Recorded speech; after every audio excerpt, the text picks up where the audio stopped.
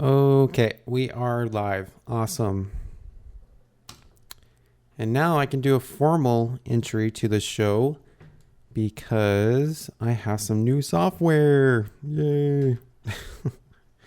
Well, this is not a formal entry, but you guys are seeing the behind the scenes start of everything. So, okay, let's do the usual. Let's go to YouTube and monitor the stream so we can make sure everything's copacetic. You know, got a lot of things to talk about today on the show, guys. It's gonna be a lot of fun. I can't wait. I can't wait. It's gonna be so much fun. It's like gonna be so much fun. So much fun. Okay, come on, iPhone. Work with me here. Sorry. We got 10 minutes till the show starts, so I can mess around for however long I want. Oh, God. Why does it make it so complicated? Come on. Get to the page. Get to the page. Get to the page, por favor. Yes, youtube.com/Jacob's Aquarium. Let's see what we got here. Oh, there it is. Very good. Opening YouTube. Yes. Now play for me, YouTube. Thank you. Okay, come on, iPhone. Work with me here. Oh, and the stream is really good. Actually, we got 10 minutes. We don't got any lag at all. Awesome. Yeah. So excited. Okay. Now that I know the stream's okay. Let's see. Hold on. Yeah, it's fine. Okay. I can just read the comments here. I have to read the comments on my phone since I don't have anything else to read it on. Okay. Ready. Oh, we still got 9 minutes. Okay, so we can still mess around. Okay, at least the stream's okay. That's good. That is good. This is going to be a lot of fun. I can't wait. I can't wait. I guess I should share what's going. I guess I should share the stream on my Facebook page. I should whore myself out for it, shouldn't I?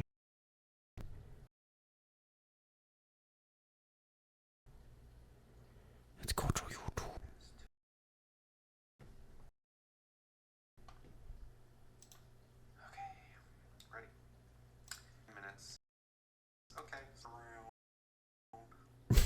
I'm watching myself on my iPhone. That's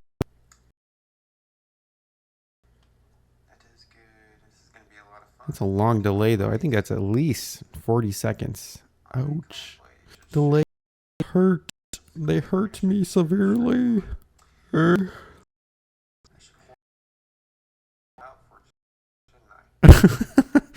should whore myself out. Yeah, sure.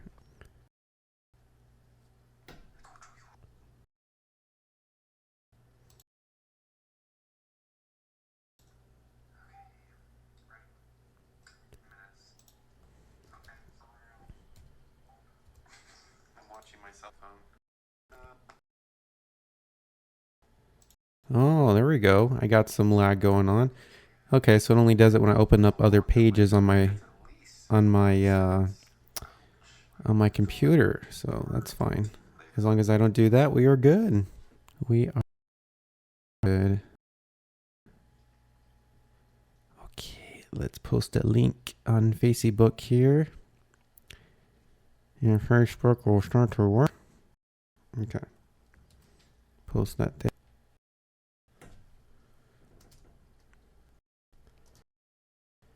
I am live right now.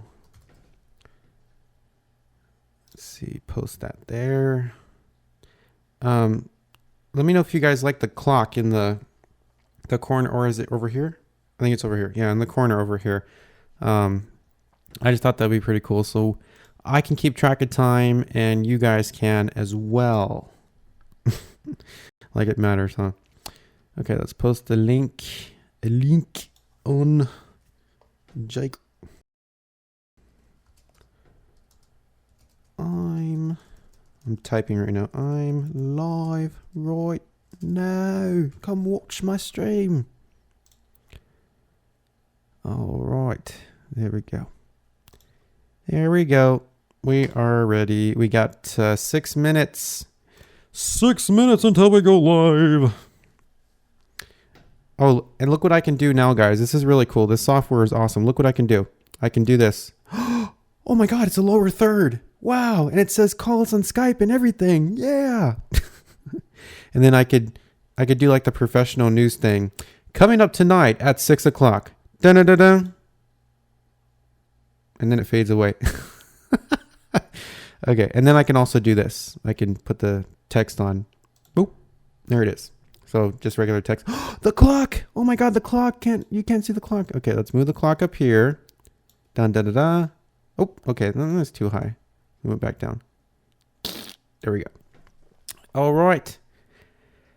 5 minutes, ladies and gentlemen. 5 minutes until we start the webcast today. It's going to be a good one, you know. I can't wait to start the webcast. I've been waiting all the time to do this. You know, it's going to be a good one. Yeah, you know, it's going to be a good one. I like to do the webcast. It's going to be a good one today, honey. I love doing accents. That's one thing you guys need to know about me. I love doing accents. It's a lot of fun. I like doing accents and different things all the time. It's a lot of fun, you know. Okay. I guess we wait. We got 4 minutes. We got 4 minutes and then 4 minutes. Oh, now we got 3 minutes. Oh no, we're still at 12:56. Okay.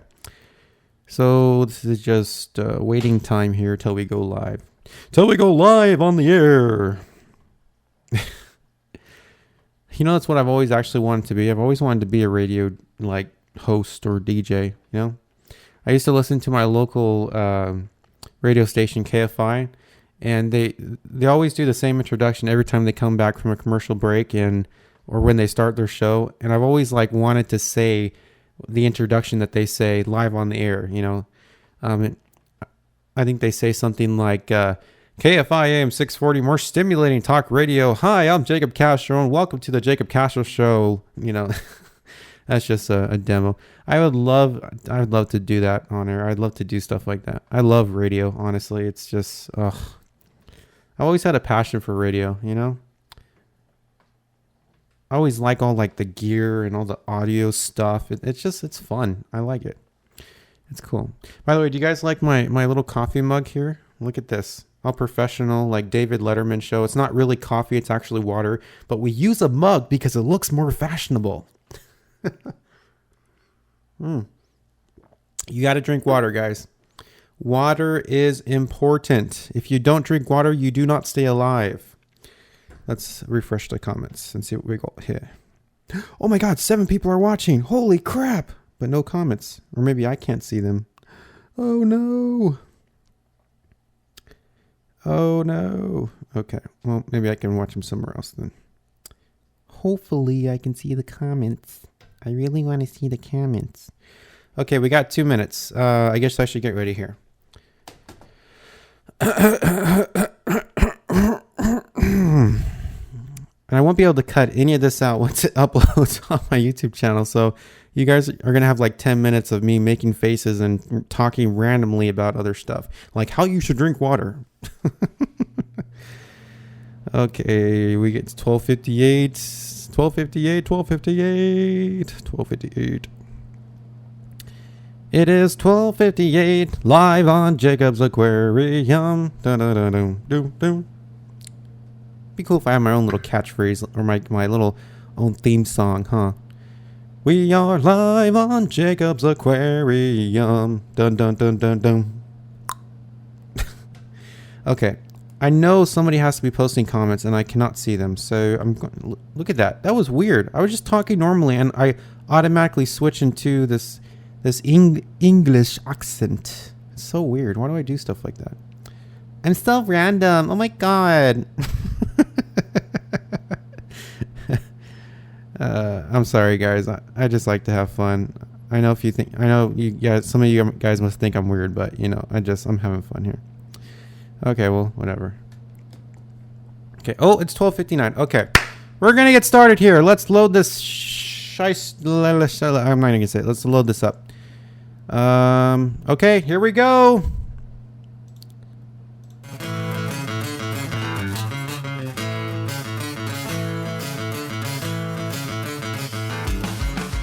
This is the Jacob's Aquarium Live webcast, episode 5, recorded September 12th, 2014. Enjoy. The webcast is made possible by Jacob's Aquarium. If you're in the market for aquarium plants, look no further than jacobsaquarium.com. With over 100 varieties to choose from, you're bound to find the plant that suits your particular aquascape. Visit jacobsaquarium.com to place your order today. Hey everybody, I'm Jacob Castro. Welcome to another live webcast here on my YouTube channel.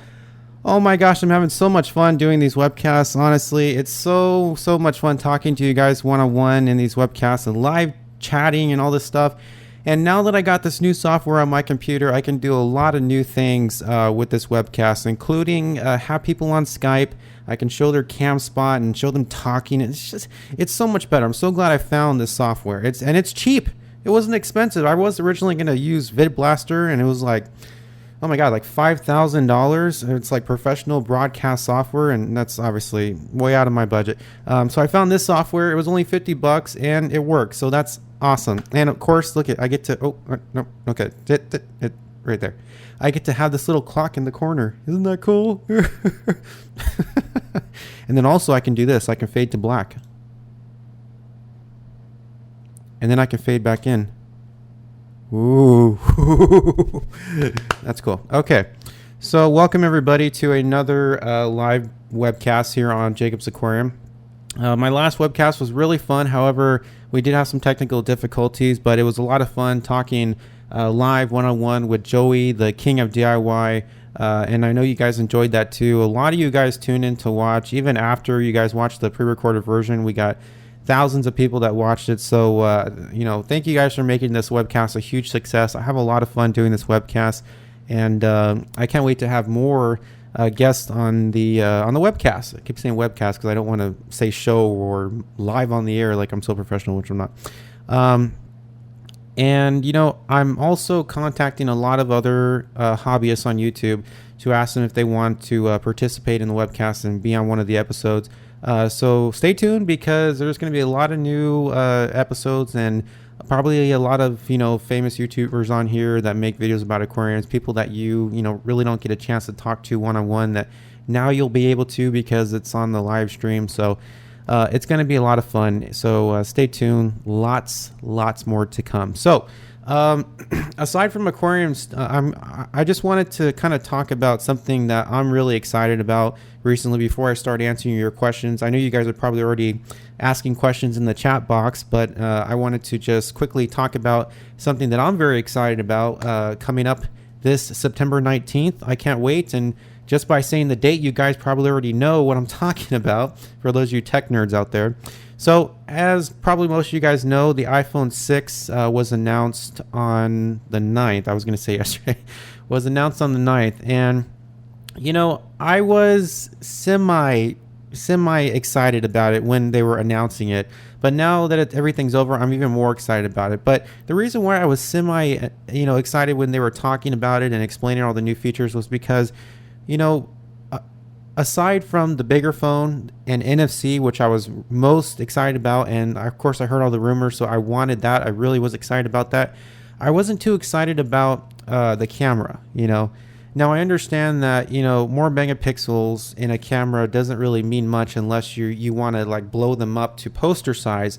But in general, more megapixels, even in a smaller image, makes for a more detailed image and for a more good looking image. I use the Canon 70D right here for my videos and for still images. This says 20 some odd megapixels, and the images out of this camera is just amazing. So obviously more megapixels equal a better image. I mean, that's clearly known.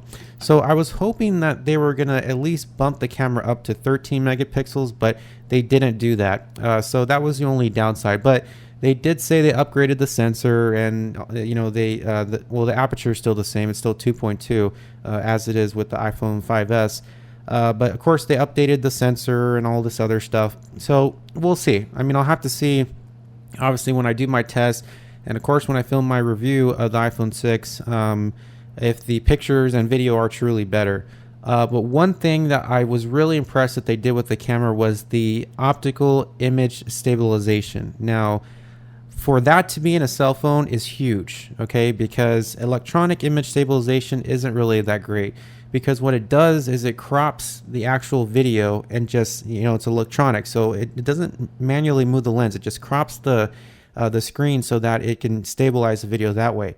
This is optical image stabilization, so you still get that full 1080 picture, and the lens with the use of gyroscopes actually moves to compensate for movement and shakiness and stuff. So that's really cool to be in a phone, and I just can't wait to start taking videos with the iPhone 6 Plus, which that's the one that I'm going to get, because I really am excited to see how well the optical image stabilization works out.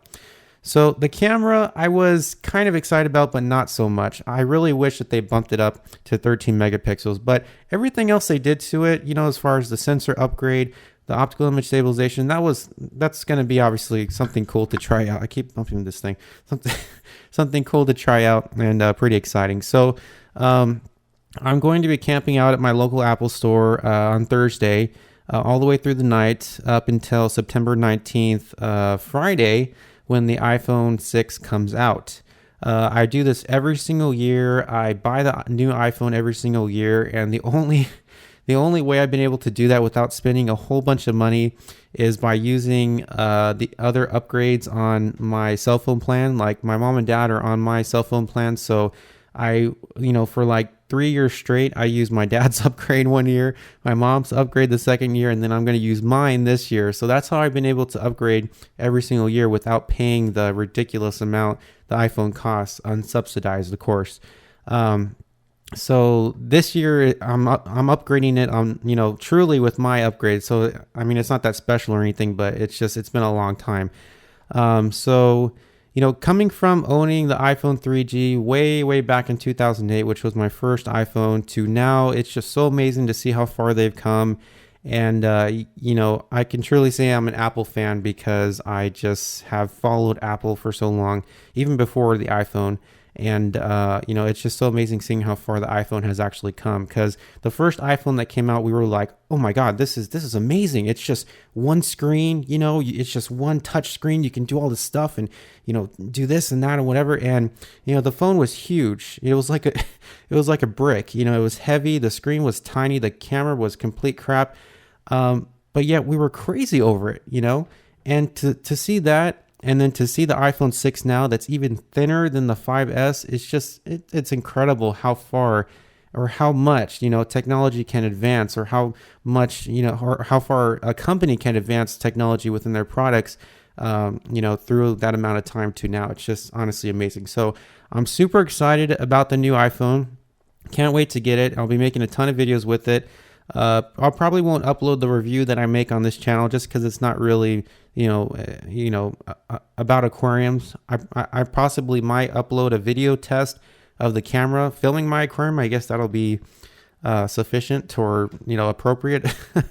But nonetheless, look forward to a review about the new iPhone 6 Plus on one of my other channels. So I can't wait. I'm so excited. And by the way, pre-orders for the iPhone 6 Plus are already sold out, which is ridiculous. I was really kind of, hoping I could pre-order it, but yeah, now I can't because I was too lazy to stay up till midnight. So, okay, I'm going to try to get to you guys' comments. I've been having a little bit of trouble viewing them on my phone, because I'm trying to watch the stream on my phone because my computer gets pretty overloaded when I have all these pages running. So to prevent the stream from lagging, I've just been watching everything on my phone. And I can't. Oh, well, there's your comments right there. Okay, well, I can see your comments right here, I guess. Hopefully they update. So, okay, well, hopefully they update on right here. Or I guess I can just refresh the page. Okay, so now let's get to some comments and start answering some questions. Of course, we got our regulars in here, as usual. Oh my God, I forgot to put the lower third up. Okay, if you guys would like to talk to me on Skype, the Skype name is Jacob's Aquarium. You can add that to your Skype contact list and give me a call right now. And we can talk about aquariums. I can answer your questions via audio instead of just text in the chat box. Okay, so, I mean, isn't that cool? I can do these lower thirds now. Look, and then it goes away. Oh, yeah, that's awesome. And then I can also put text up. So let's put the text up there instead. So Jacob Aquarium is a Skype name. It's not Jacob's, it's Jacob Aquarium. And that's what you need to add to your Skype contact list in order to talk to me today. Okay, so I think that the comments are updating on my iPhone so that I can read them here. By the way, guys, I am getting a new computer pretty soon, so I'll probably be able to have the comments open on my computer instead of my iPhone, so I can stay up to date more on your guys' questions and stuff. Okay, let's see here. Does this guy have an Instagram? Yes, I do. It's I think it's just Jacob Aquarium on Instagram, I'm pretty sure. Are Nerite snails okay for a planet tank? Well, I'm pretty much against any snail in a planet tank unless it's an assassin snail because they eat other snails. I'm not sure. Do Nerite snails actually eat other snails? Because if they do, then yes, they would be perfectly fine for a planet tank. Assassin snails are okay to manage snails, but they don't, entirely get rid of them. So a lot of people think that, they can eliminate snails entirely, and you just can't. So if, let's see, Nerite. I can't remember if Nerite snails eat other snails. If they do, let me guys know. Or what did I just say? Let me guys know? Let me know, guys. What is wrong with me? My words are all twisted up. Ay. Okay, so if only you weren't at work, you'd totally call. Oh, I'm sorry. Well, it's okay. It's okay. You can talk to me here. Oh man, I love doing these webcasts, guys. They're just so much fun. I love talking to you guys one-on-one here. It's so much fun. Garn Land says assassin snails eat shrimp and small fish too. Okay, well that's what Game Land says. Assassin snails eat shrimp and small fish too. Which you know what? I could totally see that because most snails actually I've heard are nocturnal. So they are pretty active at night. And while small fish are sleeping, they could be a predator, or they could the predator. No. They could be the hunted. And the assassin snails probably would eat them. Shrimp, of course, too, because shrimp. Some shrimp are actually nocturnal. Also, they're pretty active at night as well, so they might be able to get away pretty quickly, or they might not. But either way, I wouldn't risk it because if I had cherry shrimp or red crystal shrimp, those are expensive. I definitely wouldn't want to risk that. So, Game Land says assassin snails eat shrimp and small fish. So take that into consideration. Whoever asked that question. So Grace for Real says Nerites are a pain because they lay eggs that only hatch in brackish water. Oh, okay. Alrighty. Yeah, some of the plants that I have actually too can grow in brackish water. I think the Java moss that I have can grow in brackish water, which is pretty cool.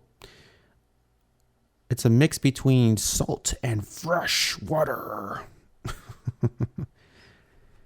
So, oh man, this is cool, guys. I get to see the comments updating live on my phone. It didn't work out that last time like that, but I'm glad it does. The Skype name is Jacob Aquarium. Do I have Skype open? I don't have Skype open. Oh my gosh. I'm so sorry, guys. I will open Skype right now. You guys. Oof. Sorry. Okay, I'm signing in now. Give me a second, please. La la la la. Give me a second, please. I'm signing into Skype. Signing into Skype. Okay, so let's put the lower third up again. Skype name is Jacob Aquarium. For those of you guys that would like to talk to me on Skype, it'll be a lot of fun. I know it would. Let's see. Actually, I think I got some questions on Skype. Oh, nope, I don't. Okay. Awesome. So yeah, Jacob Aquarium is a Skype name. We'll take that off and put that back on there. Okay, I got some more questions. Jim Murphy says, "Hi Jacob, do you worry your tank might leak? I live on the first floor flat. Flat is a house in the UK, and have had some pretty big tank setups. I used to worry about a tank leaking and flooding the downstairs neighbors." You know what? That does come across my mind every now and then. Of the concern of what about if there's an earthquake and the tank falls over in a violent earthquake, or leaks or cracks, or whatever. It does definitely cross my mind. However, here in my apartment, I have renter's insurance, so if that and it covers my aquarium, and so if that happens, I'm not really responsible for any damage that might occur because of natural disaster. Now, if it was something caused by me, if I purposely or carelessly did something that caused the leak, then of course I'd be responsible. But I worry about it, but not so much, because I only know because I know if something does happen, yeah, the whole place would be ruined, but my renter's insurance would cover it. Now, for you, since you live in you said a downstairs neighbor, so you actually do live in an apartment. So, okay, well, Jim Murphy, I don't know how it is in the UK, but do you guys have renter's insurance by any chance? Do you? Maybe not. If you have renter's insurance, there's pretty much nothing to worry about. Well, as long as it covers your aquarium. So that's all you actually got to worry about.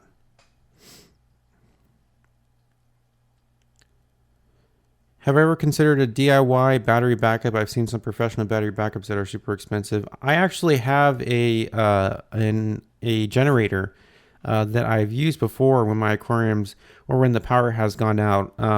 It's definitely a must, for big systems, especially saltwater tanks, because I mean, saltwater tanks, especially huge saltwater tanks, cannot go without power for too long before fish and stuff starts to die.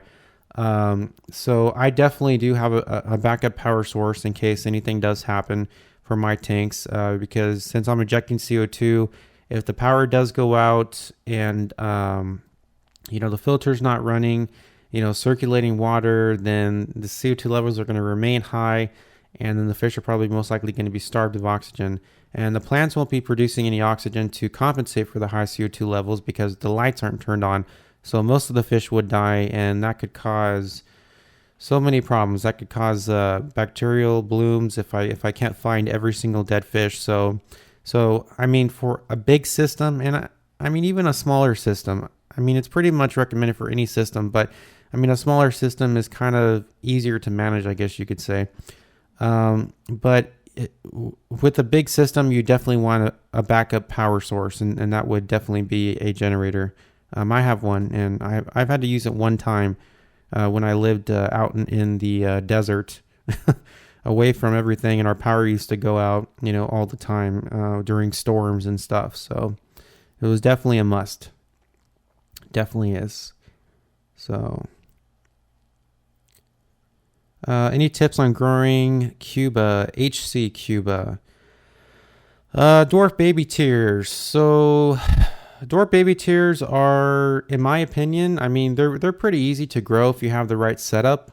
They definitely require CO2. They definitely require high lighting, and pretty much like any other plant, they definitely require nutrients. this is the craziest thing though, okay? Because I'll admit this, because this is actually kind of shocking. But when I had my old 50-gallon Planet tank, there was a time where in the beginning when I first set it up and I was growing baby tears, I did not have a CO2 injection system. I was running a wet dry filter, which is the absolute worst filter you could run with a Planet tank. And my lighting was T5, but they weren't really like that high output. And I only had one fixture. And amazingly, surprisingly, unbelievably, the baby tears still grew. And as you can see from my previous videos, they carpeted along the entire bottom of the tank with no CO2, a wet dry filter that depletes any natural CO2 levels that come either from the fish waste or anything else, and not so high lighting, and they still grew. So it's really hard to say, what tips I could give you on growing this plant. Basically, because I've grown it in the worst conditions and I've grown it in the best conditions. I think it's just a matter of your water parameters to begin with, and just having some amount of good light. Because I did have a appropriate light fixture, it just wasn't high output, and it still grew. So, in my opinion, the reason why they did grow was probably just because my water parameters, met the needs of the plant, as far as hardness and pH and things like that. And I had somewhat of good lighting on there, and that was the only reason why they probably grew. So you can grow them in a really low tech setup. It's just things have to be right. And, I'm sure that depending on your water parameters, they won't work in every setup. So it's really hard to say. But if you can afford all the fancy stuff, CO2 system, whatever, the dwarf baby tears definitely require a CO2 system, and they definitely require nutrients and good lighting. So if you have all those things, that they should be perfectly fine. Also, I don't recommend them for a tank you're just starting, like a new Planet tank, because dwarf baby tears, when they get covered in algae, which algae blooms are pretty much a given in a brand new setup. When algae gets on dwarf baby tears, it's very hard to get off, especially blackbeard algae, blue-green algae. Well, no, I think blue-green algae is a little easier to get off. But spot algae, green spot algae, brown algae, it's very, very hard to remove it from dwarf baby tears when they're carpeting out and stuff. So most of the time what happens is you'll just have to, get rid of them, and it really sucks. So I recommend not starting out with dwarf baby tears, but adding them after your tank has had some time to establish. And we're getting a call right now, so let's answer. This is Adrian Kazaa calling. Let's say hi to him. Hey, Adrian, you're on with Jacob. What's up? Nice to meet you, too. What's your question?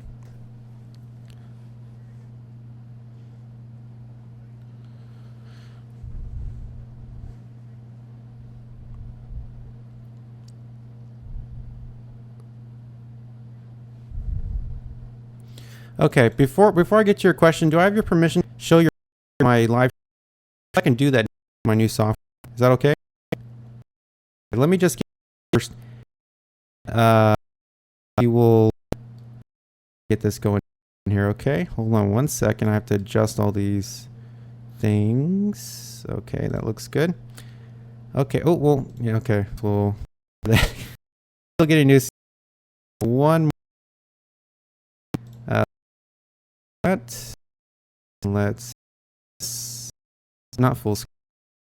Let's try one more time. Okay, hold on.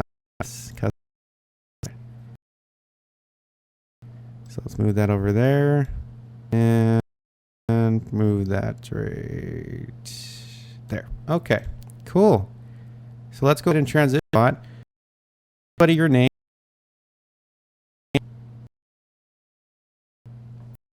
And where are you? Okay. Help. Trying to decide what need some help.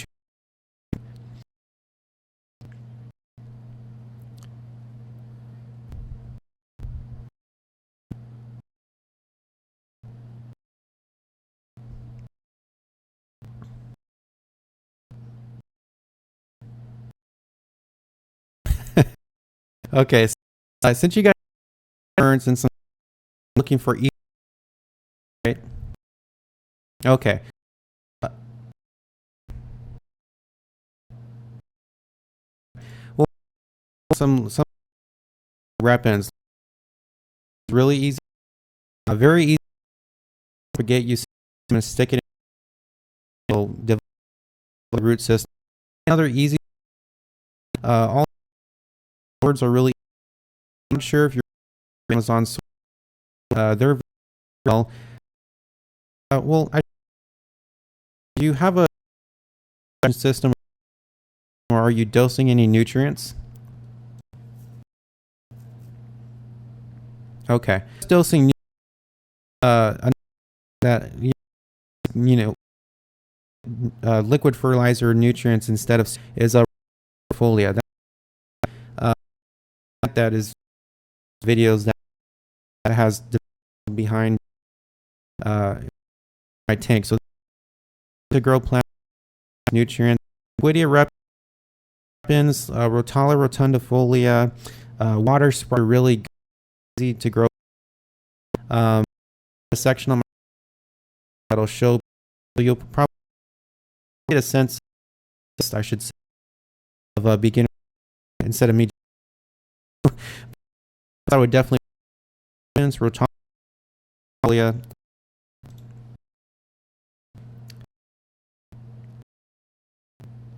Okay, sure. That's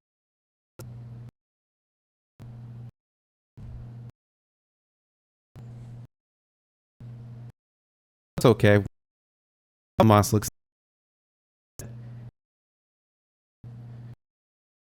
in there.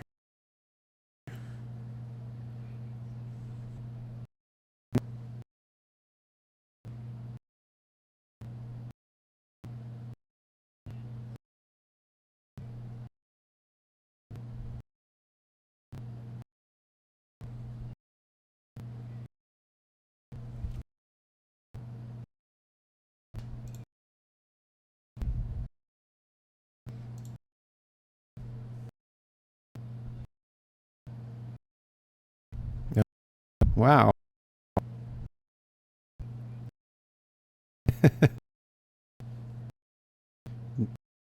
Definitely.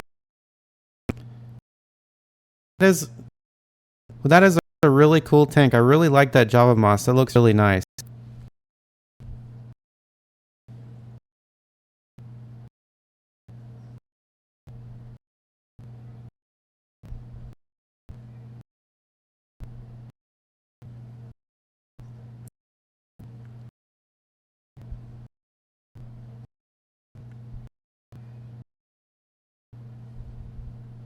Mm-hmm.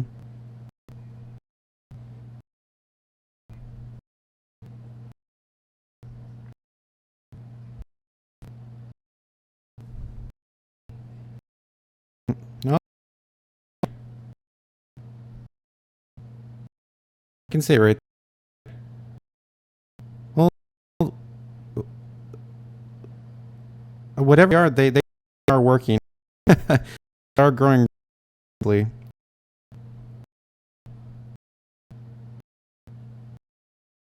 Hmm.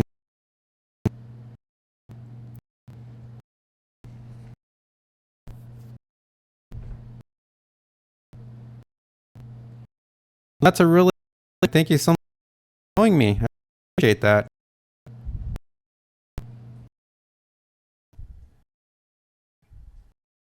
Okay.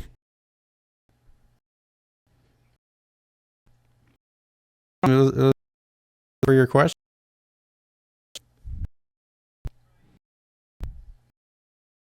Oh,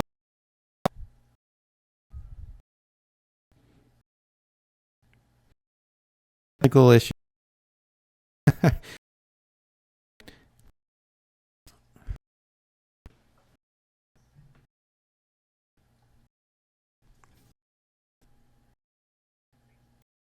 Yeah, cool. That too. I'd like to. Okay.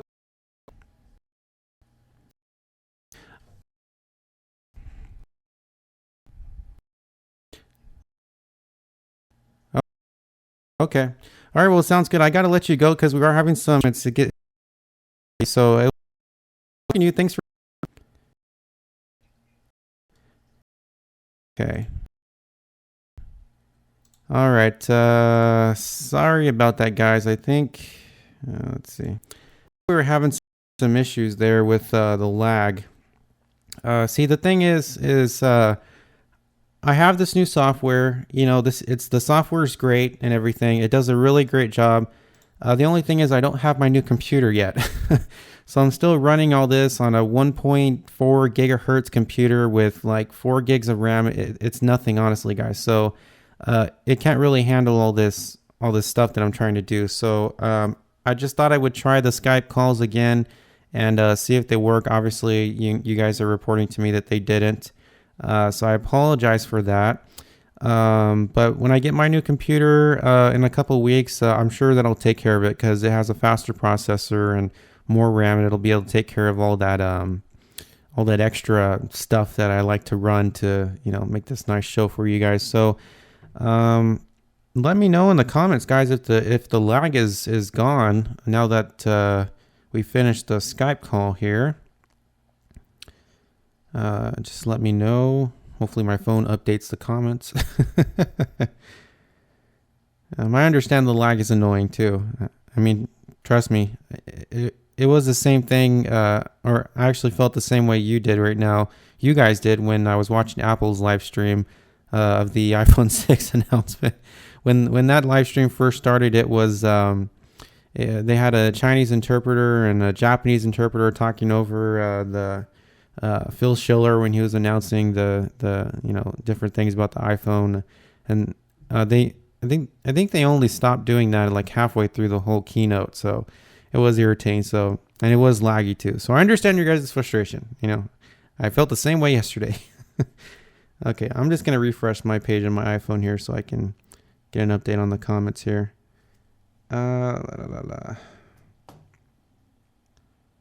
Okay, yeah, it's fine now. Okay, there we go. Well, I'm glad it's fine now. Okay. Yes, it's good. Okay. Okay, so for those of you, okay, I hope everybody was here when I just explained why that happened. So for everybody that's wondering why that happened is because my computer can't handle all that. So I'm getting a new computer in a couple weeks, and it'll, trust me, it's much better. It'll be able to handle all these demanding, software stuff. So I'll be able to take Skype calls, and the stream won't suffer as a result of that. So I guess for the remainder of the show, we can just stick with answering your questions in the chat box. I think that'll be a little bit better. But I do think we can do audio over Skype, just not a video call, because the video calls seem to take up a lot of my CPU power. So we can probably just do audio Skype calls, okay, guys? Not video Skype calls. So when you call me on Skype, call me, just strictly with audio. Don't do a video call because that seems to eat up a lot of CPU power. So, I'll be able to do video Skype calls in a couple of weeks when I get my new computer. Okay? All right. Any tips on propagating money wort? When I propagated money wort, I basically just cut a stem off and stuck it into my substrate, and it grew a whole nother root system. In general, stem plants are pretty much like that. You can propagate them very easily just by cutting them, just cutting a stem off and sticking it into your substrate. So, I did that with money wort and it worked. Of course, you have to have the right growing conditions in order for it to grow and to propagate it. I haven't noticed though when you're propagating plants that they require more nutrients or more CO2 or anything. I mean, it's pretty much the same. So, it's pretty easy to propagate. Grace for Real says, how to get rid of brown algae. I thought it was a bloom, but it persists. I initially thought it was BBM. Blue. What does that stand for? Blue. What? Oh, Blackbeard. What? I think you meant to type A, right? Blackbeard algae, BBA. we scraped the tank, started over, and we got some algae. Okay, got another call too. We're going to mute that really quick, and we're going to answer this question first before we get to that call. So please stand by, caller, as we answer the question in the chat box. I will get to you in a second. So Grace for Reals wants to know how to get rid of brown algae. I actually have had my fair share of experiences with brown algae. When I set up a couple tanks, when I used to work at the fish store that I worked at, I set up a couple tanks, and we had brown algae growing in those tanks like it was a farm, an algae farm. It was absolutely horrible. It really was. The way that we were able to get rid of it was to simply plant a lot of plants, fill the tank up with plants. We did kind of increase the CO2 levels, and we backed off on dosing all-purpose fertilizer, and we just stuck to iron and potassium. And doing that, and of course doing proper maintenance, we were able to kind of limit the brown algae, and it took a while, for it to go away, but it eventually went away. And having Siamese algae eaters in the tank as well really, really helped. Siamese algae eaters are one of the, in my opinion, one of the best fish for eating algae. And in almost all the tanks that I've had algae, especially brown algae, they've completely annihilated it. So if you're looking to get rid of it, obviously start with the number one thing. Make sure your lights are only on about 7 hours a day. Make sure your nutrient levels under control. If you don't have a lot of plants in your tank, stock your tank up with plants. Just fill it up with plants so those plants consume all that extra nutrients. Make sure your CO2 is, properly being injected. Make sure that you aren't under injecting. You want to have plenty of it, and too little is not good. You want to have plenty of it. So monitor your CO2 levels. Stay up to date on your water changes, of course. People recommend when you have algae outbreaks that you do like 3 water changes a week or multiple water changes, and that's simply not the answer to this problem. Multiple water changes will just simply make your tank recycle. It's going to damage your beneficial bacteria in your water column. So that is not the answer. Don't listen to those people that say that. Just stay up to date on the things that I just mentioned. Try the Siamese algae eaters. They'll definitely work. But most importantly, test your water for phosphate, the softness of your water. I found that brown algae grows much faster in soft water. So test your tank, make sure everything's in line. But like I said, make sure your lighting's not on too long. Lighting is a big contributing factor to brown algae growth, by the way. I've learned that very hard, unfortunately, over the years. So just keep up to date on those things, and I think you should be able to get the brown algae under control. Now, the black-beard algae is a much harder algae to get rid of, and I've noticed only grows in tanks that have way too much lighting. It could be that, and it could be a number of other contributing factors. But as far as my opinion and what I've noticed is black-beard algae grows in tanks that are way too lit. When I first started out, I had way too much lighting on a really small 10-gallon tank, and I got massive black-beard algae. And to get rid of it was nearly impossible. It's a very, very hard algae as far as the feel of it. It's very hard to get rid of it, to scrape it off of plants. It really sticks to the plants. So what you'll probably have to end up doing is throwing away or cutting or trimming back some of the plants that have black-beard algae growing on it. It's just a very hard algae to get rid of. So, but in general, what I've noticed is it's generally the result of too much light. So either make sure your lights are on for a certain amount of time. Like I said, 7 hours is perfectly sufficient, or just make sure that you're not dosing, or you don't have too much light, and you should be able to get it under control. So good luck. I hope you can get that fixed, because trust me, I understand how frustrating algae can be. It's not the funnest thing to or the most best looking thing to have in your aquarium. It can look pretty horrible. So, let's see. Okay, we got some questions on Skype. James Rodriguez Felancio from Puerto Rico says, where can I find and buy the Flourish plant nutrients? drfostersandthesmith.com, petsolutions.com, thatfishpetplace.com is a good place to buy it. I think they do ship internationally. Of course, check your local stores if you have any. But I'm pretty sure that the websites I just mentioned ship internationally, and they'll be able to ship to Puerto Rico. I think the only thing they don't ship to Puerto Rico is live goods. So that includes plants, corals, invertebrates, and fish, of course. I think my room's getting too bright. We have to adjust the webcam here. I think we have to adjust the webcam.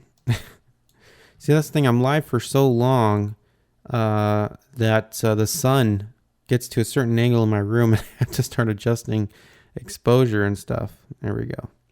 That looks better. The lag is gone. Oh yeah, Trey, you're just coming back from the Skype call? Wow. Yeah, the lag is definitely gone.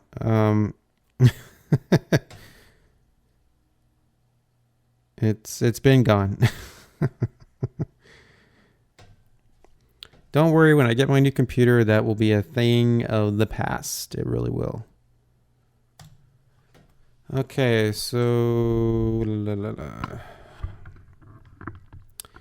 taking your Skype calls on Skype, everybody. Jacob's Aquarium is the Skype name.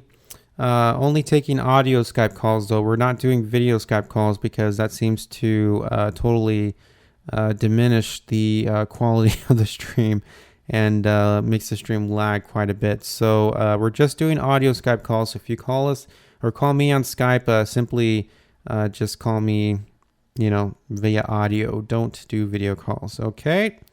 Awesome. So let's see. Trey Laner says, when your CO2 turns off at night and comes back on in the morning, does it ever change how much CO2 is released, or does it pretty much stay the same amount? Well, with my CO2 system, it's being controlled by a Aquatech CGA 320 regulator, and it does have a solenoid.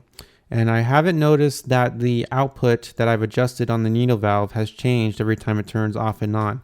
Now, if you don't have a sufficient amount of pressure going into your regulator, say if your tank is getting pretty low, like down to pretty much empty, you might notice that you'll have to increase or open up the needle valve to release more CO2 in order to get back to your desired bubbles per second, or BPS.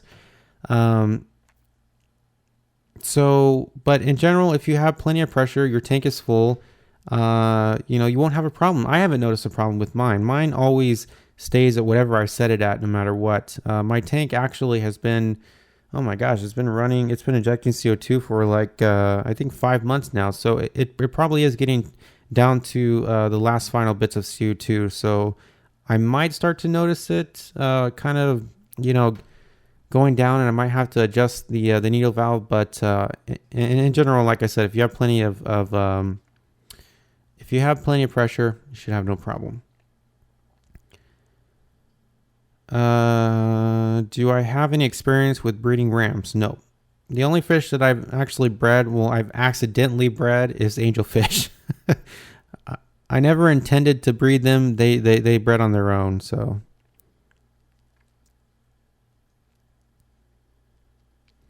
How to get rid of staghorn algae? Oh, I've never had staghorn algae. I can't tell you. I actually rarely have algae outbreaks or blooms in my tanks. Even when I start up my tanks, I really don't have algae problems. I think occasionally I get with a new tank startup, I get blue-green algae, but that seems to go away after after 2 or 3 months as the plants have had time to grow. But I really don't have algae problems in my tank, so it's not really easy for me to answer like how you get rid of algae, because I really don't have to deal with that too much. So let's see if anybody else in the chat room can answer your question. And by the way, I think I have heard of staghorn algae, but I've never seen it. I'm trying to picture what staghorn algae looks like. Staghorn sounds funny.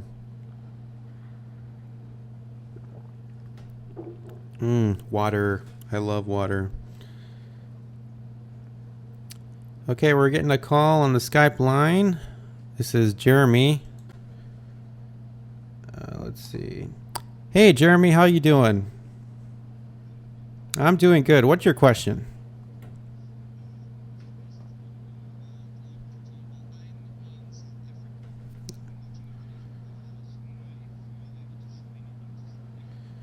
Unfortunately, you know what? I would love to ship plants internationally. The only thing is I can't, because there are certain restrictions in other countries as far as what plants you could ship. Also, hold on one second. Let me take this off.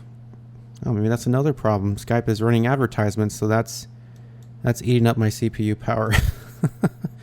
Okay, let me see if I can get rid of it. Okay, there we go. I think I got it. Okay, so no, I can't ship plants to South Africa because there are certain restrictions in different countries as far as what plants can come in and out. Secondly, I mean, they would have to be shipped UPS or FedEx one day international, which can cost upwards, even though plants don't weigh anything, they're very light, can cost upwards of $200 to $300. So it'd be incredibly expensive to ship. It'd be hard to know the certain regulations as far as as far as the plant species that you're interested in. It's possible, but you're looking at spending a lot of money, for plants that are pretty cheap. So if it's worth it to you, we can try to do it. But I mean, I don't think you want to spend $300 on shipping, right?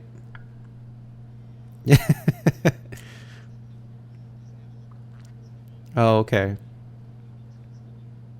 Oh, really? Okay. Okay. Um, I mean, I can try to give you a quote, a shipping quote, because if you wanted to get baby tears, they're pretty small.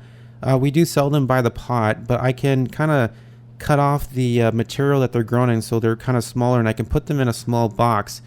And we can try to get them out to you. The only thing is, even though the box is small, the weight is pretty low, it might still be a little expensive. So, but I could definitely give you a quote. If you want to, email me your address. My email is jacobsaquarium@gmail.com, and I can try to put together a quote for you and see if we can get some out to you. Because just knowing, from what you tell me that they're not available, that really sucks, and I would really like to get some out to you, because dwarf baby tears is a really cool plant to grow, and I know you'd really like it. Thanks for calling, Jeremy. I appreciate it. You have a good day. Thank you. Bye-bye. Oh man, South Africa doesn't have dwarf baby tears. Oh man. Oh, are you guys having problems with the stream again? Colin Larkin says he can't hear the caller. I just did audio that time. It should have worked perfectly fine. I guess not. I guess it lagged. Okay, we'll just get back to questions. Klaus Larson says, "Hey Jacob, love your work. Keep it up. Peace from Denmark." Wow, Denmark! Yay, Denmark! I love you guys. Very good. I love doing accents. It's no offense. I just like doing accents. Thanks, Klaus. I appreciate it. Thank you so much for watching my videos. It really means a lot to me. Grace for Real says, living in Cali, have you considered doing a tank or smaller version pond or on your patio? I would love to do a small koi pond on my balcony. I actually have 3 balconies in this apartment, believe it or not, which is pretty rare for apartments in California. Apartments in California are expensive and they're small, so we got lucky when we found this one. So I could do that. The only thing is I'm not sure if my renter's insurance covers it. Because if the pond were to break on the balcony, it could possibly flood my neighbors downstairs pretty badly. So I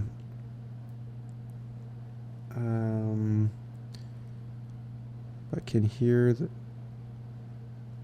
trailer. At first I could hear him, but after like 5 seconds I couldn't either. What? So you guys couldn't hear the caller? That was weird. That was very weird. Let me see. You guys should be able to hear that. Whoa, that was loud.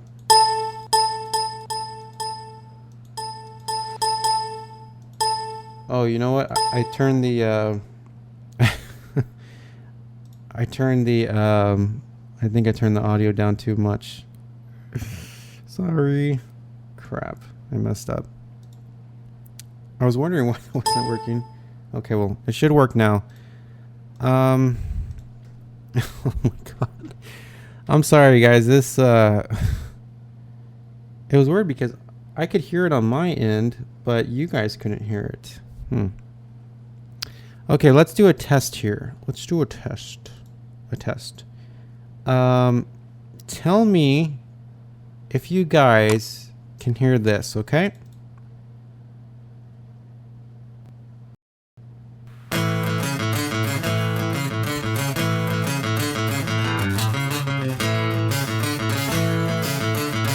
Okay, did you guys hear that?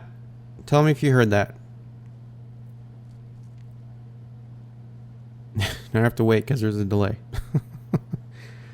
I have to wait like 60 seconds. Yeah, you hear that. Oh, okay, so then that was the issue. I had the volume turned down too low. See, I'm using an audio mixer here, so I have to constantly monitor this stuff to make sure it's all in line. So I apologize for that, guys. Hopefully on the next caller we'll be able to hear it.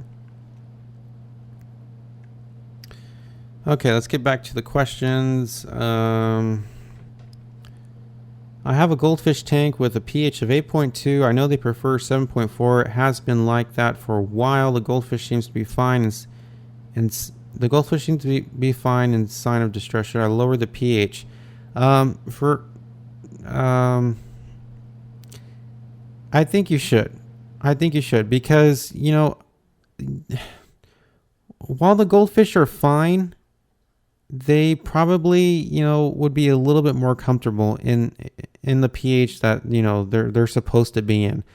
There's a great product made by API that you can buy on the internet called pH Up and Down. There are two different products, two different bottles. So obviously buy pH Down, and that works as a great way to lower your pH in your tank. So I'd recommend that product. So. But yes, you should lower the pH because I think the fish would be more comfortable that way.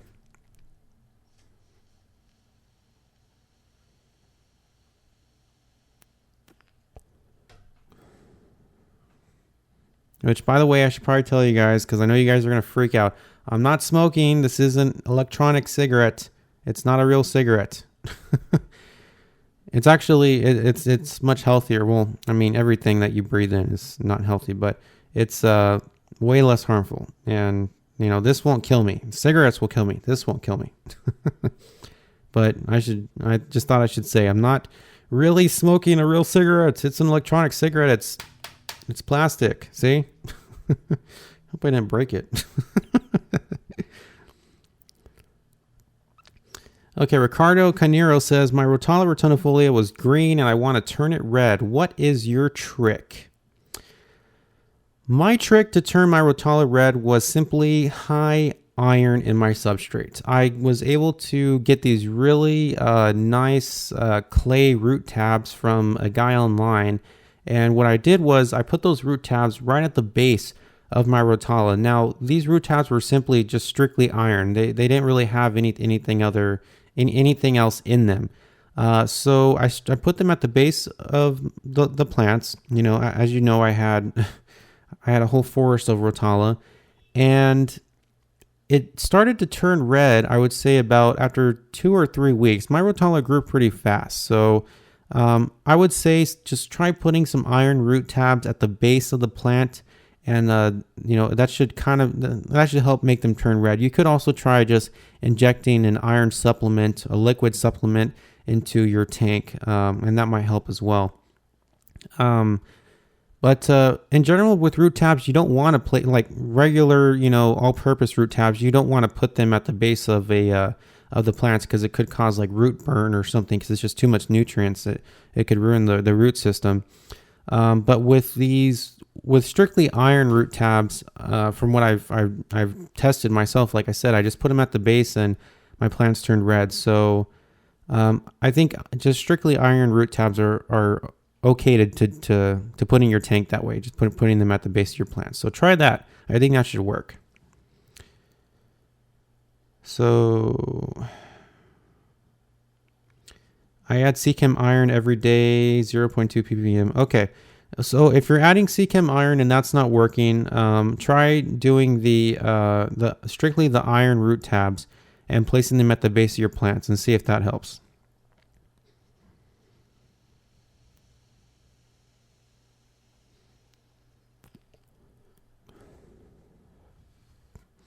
And it doesn't have to be like strictly iron root tabs. It could just be clay, just strictly clay. I mean, if you go to your local pottery shop and get some leftover clay that they have, that works really good as well. If it's red clay, it should work well. So you can try clay too. What kind of fish do I have in the background tank? In this tank, in that tank, my 80 gallon, I have about 50 neon tetras, about 20 zebra Danio minnows, and about 10 autocinkless catfish.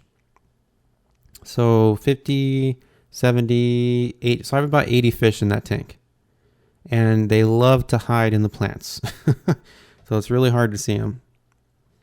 And actually, they're all pretty much about less than an inch in length. So if we're doing the 1 inch per gallon thing, since it is an 80 gallon and I have 80 fish, I'm actually still under that. So 80 fish and 80 gallons, since they're not all 1 inch long, that's a lot of fish, and that's pretty good. Because if they were bigger than that, that would be considered overstocking, majorly overstocking. But since they're under 1 inch, it's not a big deal, and they don't produce a lot of waste. So.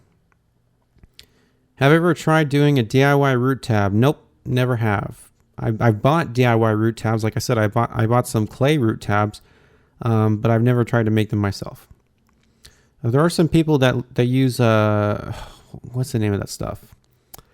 Cosmonaut or Osmo. It's something. It's like an all-purpose fertilizer.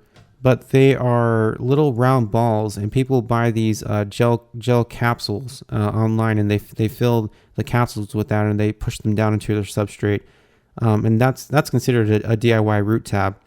Let me know the name of that stuff, guys, if you guys know. I think it's Cosmonaut or Osmonaut or something like that. But you could go further than that and actually make the stuff that you're putting inside the capsules.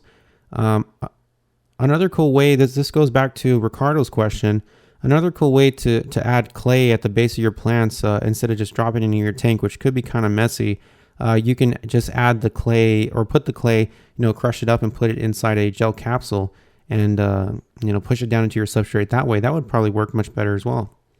You can try that. How long did I wait to put the fish in? Let's see, I think, since I moved all the fish that I had in my 50 gallon into my 80 gallon when I first set it up, I think I moved I think I moved all the neon tetras. So I think I moved about 50 fish total into my 80 gallon when I first set it up. I used ATM colony, the beneficial bacteria, to cycle my tank. I didn't have any fish loss at all. Which was incredible, for the amount of fish I added at the start of a tank. So I really believe that I had success with adding that much fish during the start of a tank. It was because of the ATM colony. It's great stuff, guys. It really is. Of course, there's no way to cycle a tank instantly. But I think there are ways to minimize or prevent fish loss during the cycling of a tank, and I think the colony really did do that, because I did not lose any of my neons. I still have 50 of them in there. So, and then after about 3 weeks, I added the zebra Daniel minnows. I had those actually. Those were in my 50 gallon as well. So I had those standing by in a little 10 gallon tank that I set up for a short time before it. Just so I can wait a little bit, because I knew 50 fish was a lot, so I didn't want to add all my fish in there. So then I added the zebra Daniel minnows about 3 weeks after, and then 2 weeks after that I added the autosyncus catfish, and everything was fine. I didn't have any ammonia problems, no nitrate problems, no increases in anything. My tank was fine. I mean, as you can see, it's crystal clear, so still doing fine. Ozzy the Yoster says Osmocote. Okay, so yeah, that's the product I was referring to that people use and they put in gel capsules. There are plenty of videos on YouTube on how to do it, by the way. So just Google DIY Osmocote root tabs and you should be able to find some videos on how to make your own root tabs.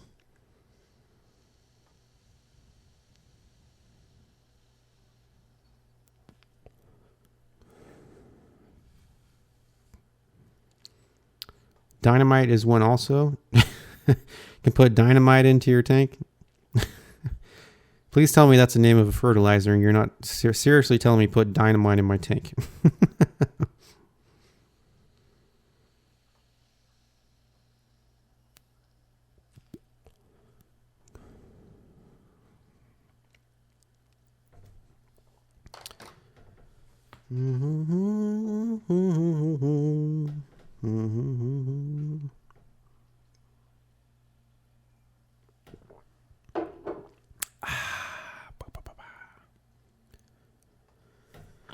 Whoa, excuse me. Whoa. Sorry about that. Oh boy. Oh man. So tell me, guys, are you excited for the new iPhone 6? I can't wait to get it on the 19th. I'm going to get the 6 Plus. The big one. The big one. So excited. Excuse me. I can't wait to get it. It's going to be such a cool phone. 5.5 inch screen. Dude. Awesome. Which, I really didn't understand why Samsung came out with that advertisement where they were mocking Apple's attempt to live stream their keynote. I thought that was kind of a cheesy, blow to Apple, because, I mean, the reason why Samsung can live stream their keynotes without a problem, with anything as so much as a hiccup, is because nobody watches their keynotes. I mean, when Samsung or Windows or when they have a keynote about one of their products, nobody watches it. There's not millions of people watching the stream to overload their live stream servers. So by Samsung mocking Apple and making an ad that mocks why their live stream was lagging, I mean, it's so stupid. It's pretty obvious that the reason why it wasn't working was because there was millions of people around the world watching it. Of course, we didn't get any statistics from Apple saying how many people watched the live stream keynote. But of course, you can only imagine. They had Japanese and Chinese interpreters. Lots of different languages for different countries that it was streaming in. So I think it was so stupid. I couldn't believe Samsung did that. And I mean, other people definitely can understand also, because if you read the comments on Samsung's page or the video that they made, you can see people saying things like that, like, this is stupid. I mean, the reason why it was lagging was because there's people watching it. Nobody watches Samsung keynotes, so there's no problem. So I thought that was pretty lame. Matthew Coughing says, yes, I'm getting the regular 6. Okay. you're getting the regular iPhone 6. Well, the reason why I wanted to get the 5.5, the bigger one, the 6 Plus, was because the optical image stabilization. I thought that was pretty cool. And most amazingly, I mean, optical image stabilization in a phone, that's incredible, you know? Because to achieve that, there needs to be, you know, little tiny gyroscopes that move the lens to compensate for movement. And to have that in a phone that's incredible. Apple really does, you know, go the extra mile to put like really advanced stuff in their phones. And then of course Apple Pay is I'm really excited about that. People have been saying lately, I've been reading on forums and YouTube and everything in the comment sections on some videos. Android had that before. You know, Android had that years ago and Apple is just catching up. Yeah. Okay. So they had NFC. That's great. They could tap another phone and share data. Lovely. You could do the same thing with the text message, by the way.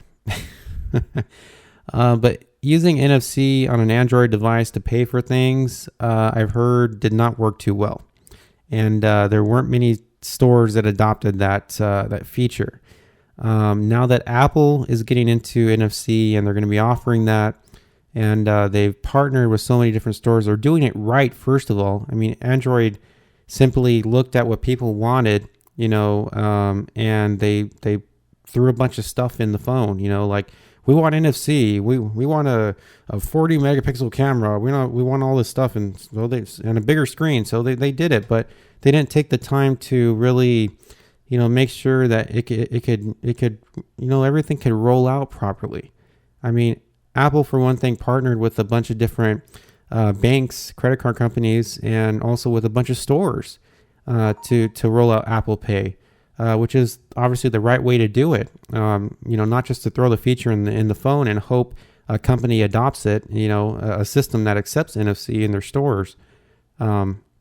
So I think now that Apple Pay is in existence, I think we're going to be seeing a lot more NFC capable checkout options at your local department stores and things like that. I have to admit, it's going to be pretty cool to be able to pay by waving your phone over the sensor, or your new Apple Watch. Don't say iWatch, it's Apple Watch.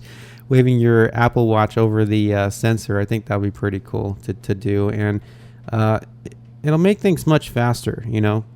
The only thing that I am concerned about, though, because I kind of noticed this problem with the iPhone 5S, is the Touch ID sensor, or is it Touch ID sensor? I think it is. The sensor on the home button that can read your thumbprint or your fingerprint to either unlock the phone. From what I've seen in the keynote, that is actually required to use Apple Pay. So not only do you wave the phone over the sensor, but you have to use your finger put your finger over the sensor to you know, authenticate it and approve it. So the only issue is that I've noticed that with the iPhone 5S, if you know, over time, as your phone gets a little, you know, dirty, sweat, and then, you know, stuff starts to stick to the home button because you're pressing it so many times, it starts to get to a point where you have to like rub it off every now and then to clear all the, you know, the sweat or stuff from your fingers, whatever it is, you know, from the home button, so that, you know, it could properly read your fingerprint and work. So I'm just worried that, you know, if you're at a mall, you know, say, and you visit 10 different retailers, that after the third or fourth retailer, you won't just be able to wave your phone and, you know, put your thumb on the sensor anymore. You're going to have to wipe it off, and then probably that still won't work. Then you have to wipe it off again. So the animation or the video that they had during the keynote, where it shows, all you do is wave your phone over and put your thumb on the sensor and you're done. I don't necessarily think that that's entirely true, because like I said, even with the iPhone, every now and then you have to wipe it off, and even after you wipe it off, it still doesn't work with your thumbprint. So that might be a little bit of an irritant, I think, with this new Apple Pay feature, because the Touch ID sensor most likely won't work every time, and you'll have to clean it off with either your shirt or something.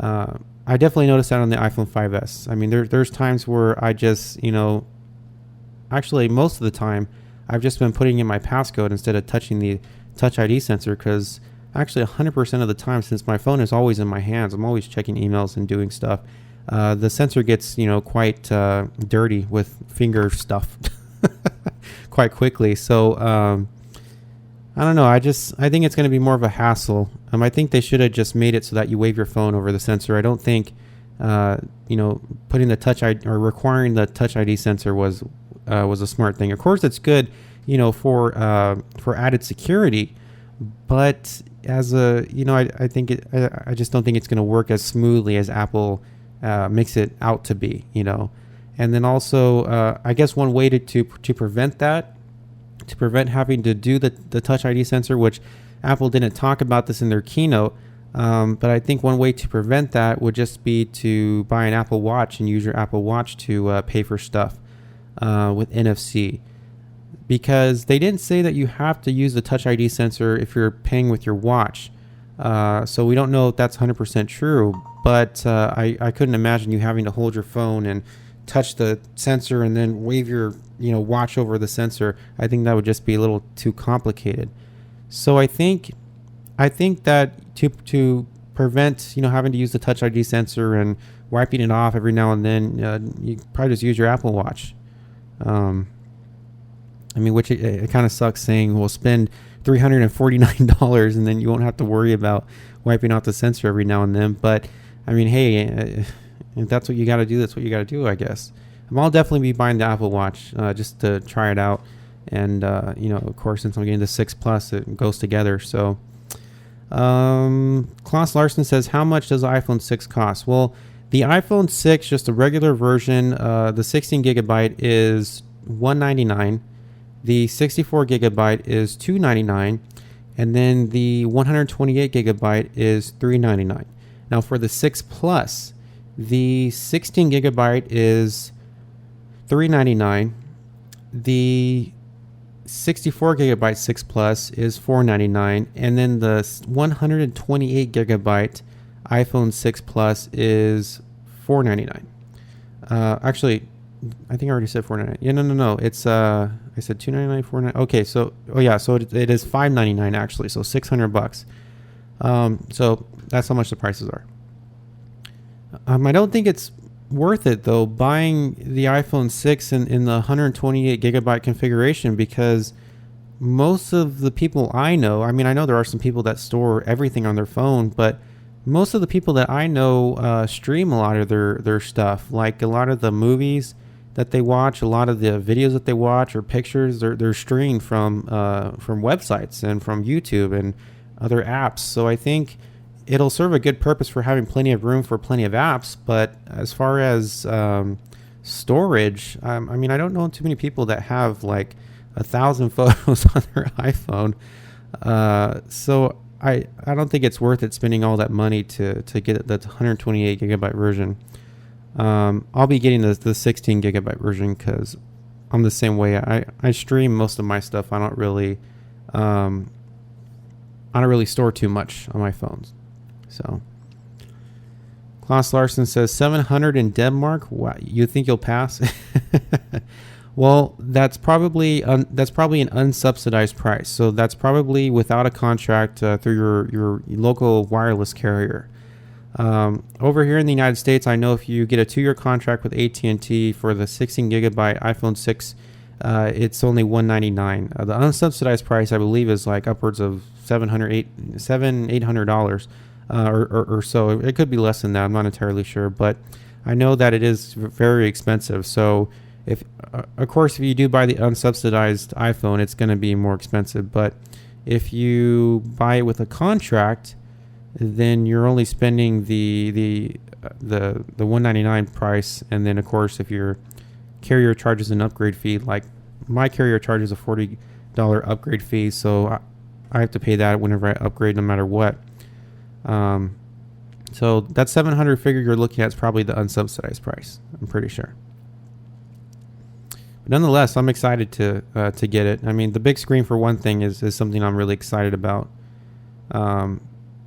Which, that's another thing Android users were making fun of us Apple fans for.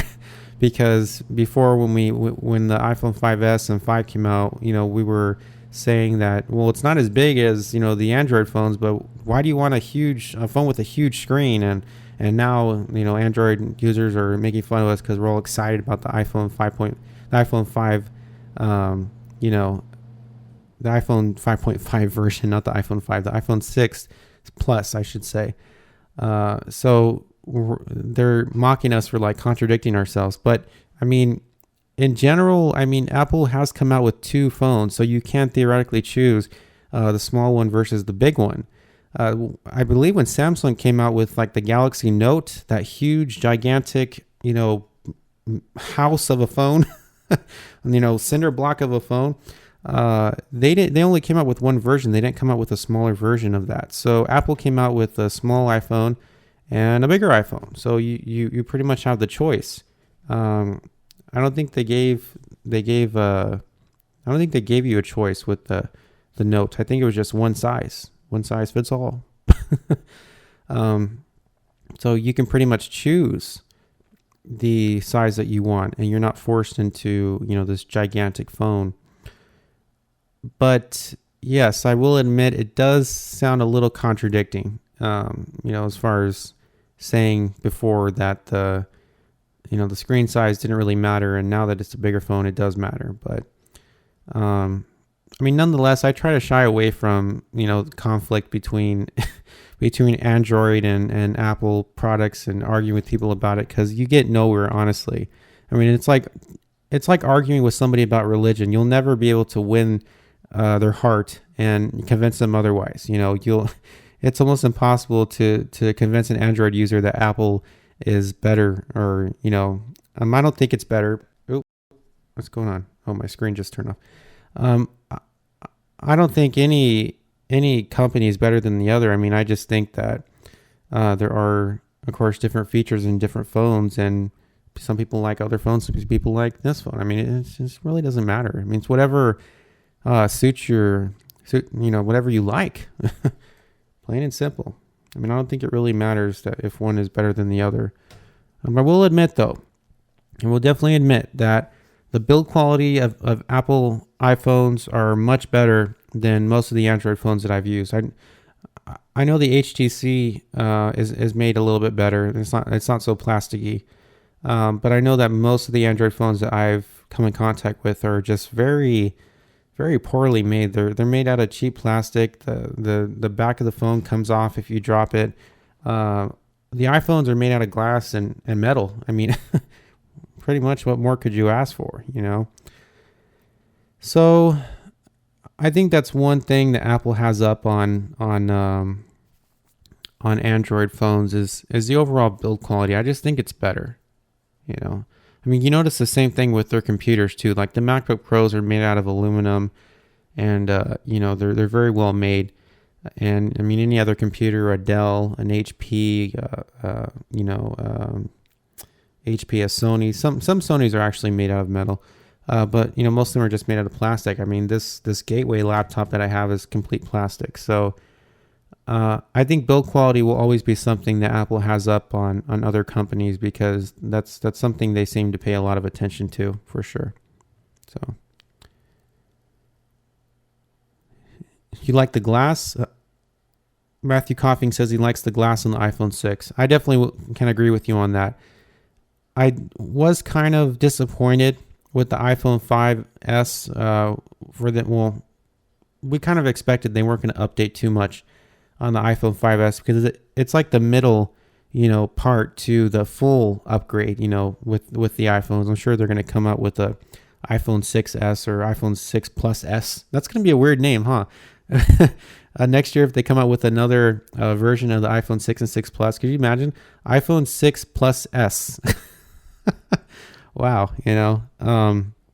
I guess I should say I was more disappointed with the iPhone 5 that the glass was not curved, because you definitely can notice a difference when you use a curved glass display, that when you're swiping, left to right, it is more comfortable because the iPhone 5 and the iPhone 5S, or even previous iPhones before that, they weren't curved, and it's just kind of like it kind of hurts, every now and then, because it's, if you're not using a case, especially, to keep rubbing your finger against the metal.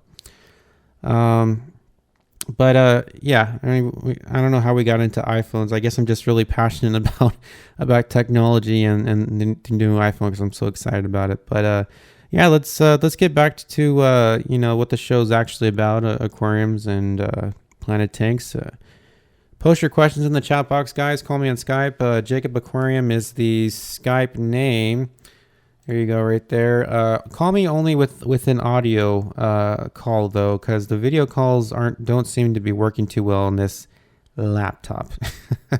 When I get my new phone, it'll be a lot better. Or my new phone, my new computer, it'll be a lot better. I'll be able to handle that. So, Jacob Aquarium is a Skype name if you guys would like to call. Of course, audio call only, please. Thank you very much. Thank you very much. Freshwater Tank says, why are we talking about the iPhone? Let's talk about the iWatch. Oh, excuse me, Apple Watch. I'm telling you, that's going to be one of the biggest mistakes that most, TV news anchors, most journalists that are on TV or people that make videos, that's going to be one of the biggest mistakes that they make, that they'll have to edit out probably in all their work, is calling the Apple Watch the iWatch, which it is kind of funny why Apple is shying away from that, why they're shying away from like iWatch or iPay. I mean, actually, iPay sounds pretty neat, huh? iPay, I pay for you. Oops, sorry. I think that would have been cool, but okay, that's what Apple wants. That's what Apple gets. So. Klaus Larson says, you have eHEM app, Jacob. They have an app? I didn't know that. I'll have to check that out for sure. I never, actually, you know what? That's one thing I have never looked at on the iPhone App Store, is apps relating to the hobby. Isn't that incredible? After all the years I've had iPhones, I've never looked into that. I'll definitely check out the eHEM app. Klaus Larson, tell me about the eHEM app. Actually, what is that about? Does it just show their their products, or talk about new products, updates about the company?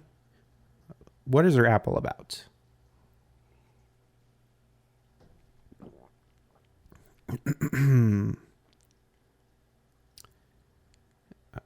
There's a delay, so we have to wait. I don't like this delay. It's too long. I don't like the 60-second delay. Then I have to wait for you to type out your response. Oh, God. It's too long. Why, YouTube? Why do you do this to me? Oh, boy. Dun, dun, dun, dun, dun, dun, dun. I should play a Jeopardy song. Freshwater Tank says, what's your favorite type of shrimp? My favorite freshwater shrimp would have to be the red crystal shrimp. And I am going to be doing a few 10-gallon tank builds. So I'm going to be putting some red crystal shrimp in there too.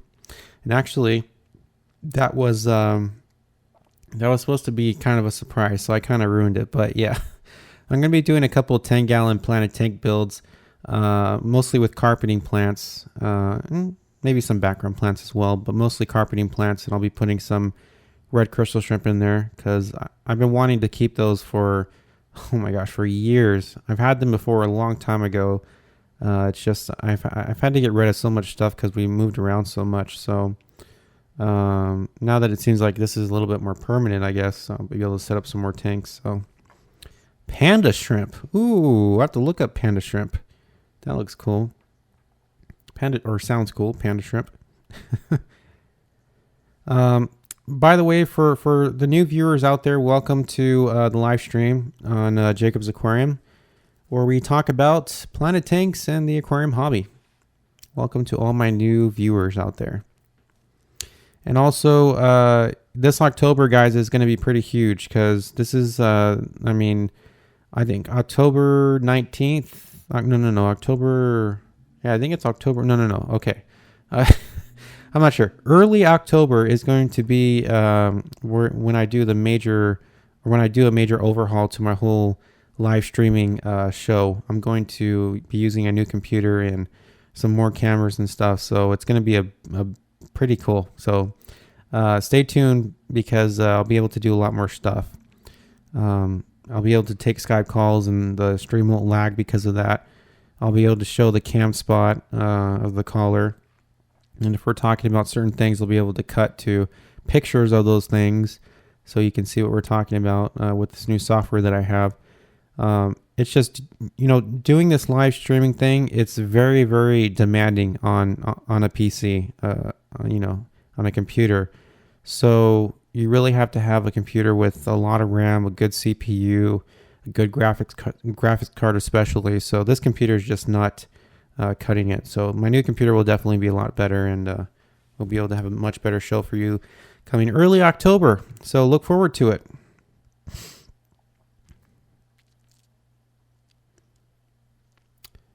Red Crystal Shrimp.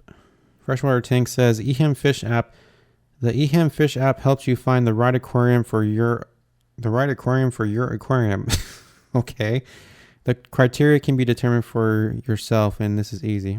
Okay, cool. This Cabell says, do you know any species of cryptocoryon that grow big enough to be used as a background plant? Not really. I do know that the cryptocoryon Wendiddy, Wendiddy green, the one that I have on my website. I actually have several different species of cryptocoryons on my website. But that plant, I actually got some in when I first started my plant business, and they were in my tank for, I think, about 3 months, and they got pretty big. I would say they probably got about 8 or 9 inches tall. So, Cryptocoryon Wendiddy green can get pretty big, so you could try using that as a background plant. It probably won't get, 18, 20 inches tall, but it will grow fairly tall. So I would recommend trying out that one. Cryptocoryon Wendiddy green. That's the name of it. Joshua Gohing says CTFXC. Yep, there they are. CTFXC. I've been a fan of that YouTube channel, of them, their YouTube channel for a very long time. I actually first started watching Charles Trippy's videos when he first started on YouTube way back in like 2006. And then when they started CTFXC, I jumped on that train too. It's very, very sad though that they are divorced now. They were such a great and entertaining couple to follow in their videos, when Charles made the video announcing their separation, I was just like, I was heartbroken. I mean, I really was, because after you watch somebody's vlogs on YouTube for so long, I mean, for years I was watching their videos, you kind of get this, it's not you get, but you kind of develop this relationship with these people you don't even know just because you watch their life every day. And I mean, it was such a shock when he made that video saying that they were getting separated. It's crazy. And actually, this was the last poster that they both were giving out when they were still married, that they both signed actually when they were still doing CTFXC. So this poster is actually very, very special to me because, like I said, it's the last one that they were giving out when they were still married. That's why they both signed it. I have another poster that I got recently from Charles's website, or his merchandise website, that he only signed, and that was after the divorce. So I got the last one when they were married, and the first one as Charles was just by himself. So it's pretty crazy. Pretty crazy. Freshwater Tank says, do I like Dustin's fish tanks? Respectably, and as kindly as I can put this, I don't. No. And I have tried to make friends with him, and he has absolutely shied away from me. So I left it at that. And like I said before, I don't understand the hostility with some YouTubers in this. Some hobbyist YouTubers on YouTube, some people are very hostile towards each other. I guess it's just a competition thing, for subscribers and viewers. But I mean, I don't I'm not I'm not like that, you know. I'm pretty much open to being friends with anybody. I don't care how many subscribers somebody has more than me or more or whatever. I'm just, you know, so yeah, I tried to make friends with him, and that he just wasn't having that. So, you know, I left it at that. But respectably, you know, or respectfully, I should say. Why am I saying respectably? Respectfully, I don't like his videos, and I don't like his channel at all. No. Joshua Gohing says, I want Allie to be his girlfriend. Yeah, you know.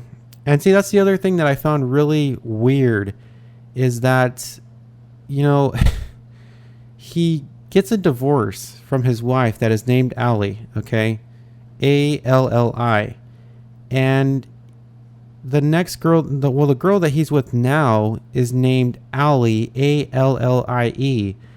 And, I mean...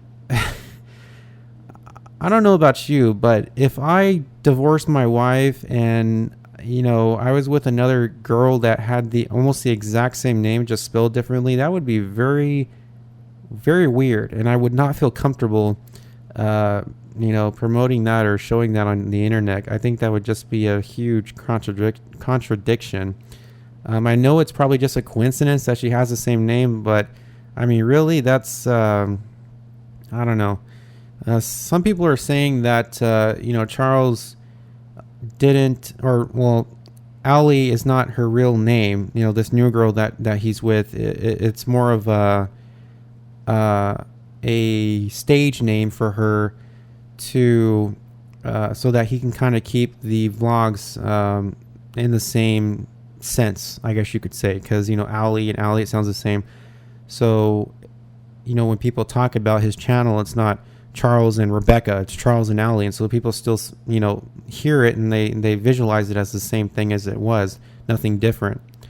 So people are saying that that's not her real name. He just did it to keep the channel the same, and mainly because a lot of his merchandise and a lot of his stuff on his channel is named Charles and Allie. So if he were to, you know, be with somebody else and have her in his videos named like Rebecca, I mean, it wouldn't fit with anything that he had, and he'd have to change a bunch of stuff. So, but that's all just speculation. That's all just accusations by, you know, trolls and, you know, bullies on the internet. So, I mean, I just really don't pay attention to it. I just see it as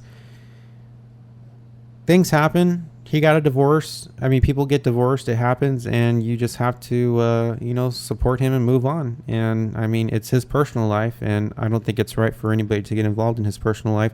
Even though he does share a majority of his life on the internet, I don't think it's right to get involved in his personal life. Ozzy the Oscar says, could you repeat what you were saying earlier about pushing clay into your substrate? Do all rooted plants benefit from clay, and is clay any suitable? Well, what I meant by that was, you know, the clay that I got was mostly iron clay. So placing it at the base of my plants really promoted them to turn red. So I was recommending that over dosing liquid iron because the person that asked that question said they were dosing liquid iron and it wasn't working to turn their plants red. So the next best thing would be to try placing clay at the bottom of the plants, at the base of them. Pretty much all rooted plants. Well, no. Not all stem plants and rooted plants are going to turn red, and you can't make them turn red with these clay tabs. Some plants are just naturally green, you know, and that's the color that they stay. But in general, you know, Liguidia rotundifolia. Rotala rotundifolia. It's been a long show. Rotala rotundifolia, Liguidia repens.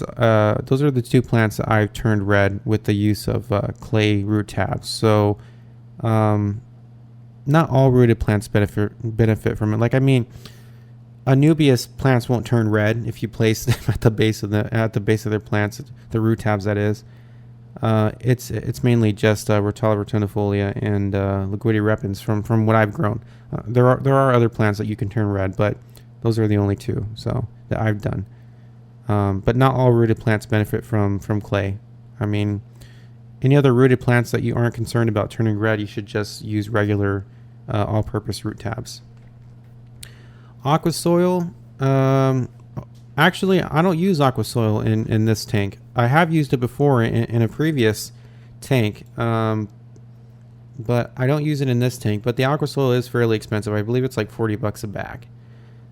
So definitely not for somebody that's on a budget.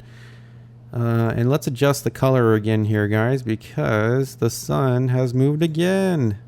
The sun is like slowly like moving, into my room. Let's turn down the exposure. There we go. Actually, right there is perfect. Okay. Oh my gosh.